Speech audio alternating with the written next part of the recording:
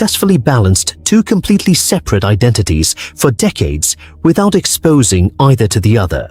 One identity belonged to a husband, father, church leader, and municipal employee, admired by many who knew him personally. The other existed only in police files, forensic evidence, and haunting letters signed with three unforgettable initials. The remarkable part wasn't simply that both identities existed, it was that they never appeared to collide. For more than 20 years, BTK remained silent, leaving investigators with little reason to believe they would ever hear from him again. Silence, however, can become difficult to maintain when recognition begins to fade. As media attention shifted toward newer criminal cases, BTK's place in public memory gradually began slipping away. For someone who had repeatedly sought acknowledgement through letters and messages, being forgotten may have become increasingly difficult to accept.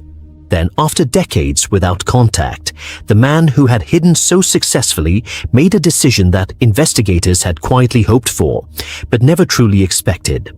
In 2004, nearly 30 years after the first murders, BTK unexpectedly reached out again, ending one of the longest periods of silence in the investigation.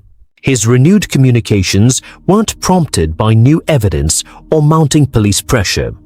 They appeared to reflect something far more personal.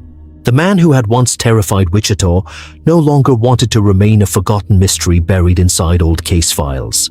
Letters, packages, and messages began arriving once more, carefully prepared and unmistakably familiar to investigators who remembered BTK's earlier communications. Detectives immediately recognized an opportunity they hadn't possessed for decades. The killer had voluntarily reopened contact. Every envelope, every page, and every object was examined using forensic techniques unavailable during the 1970s.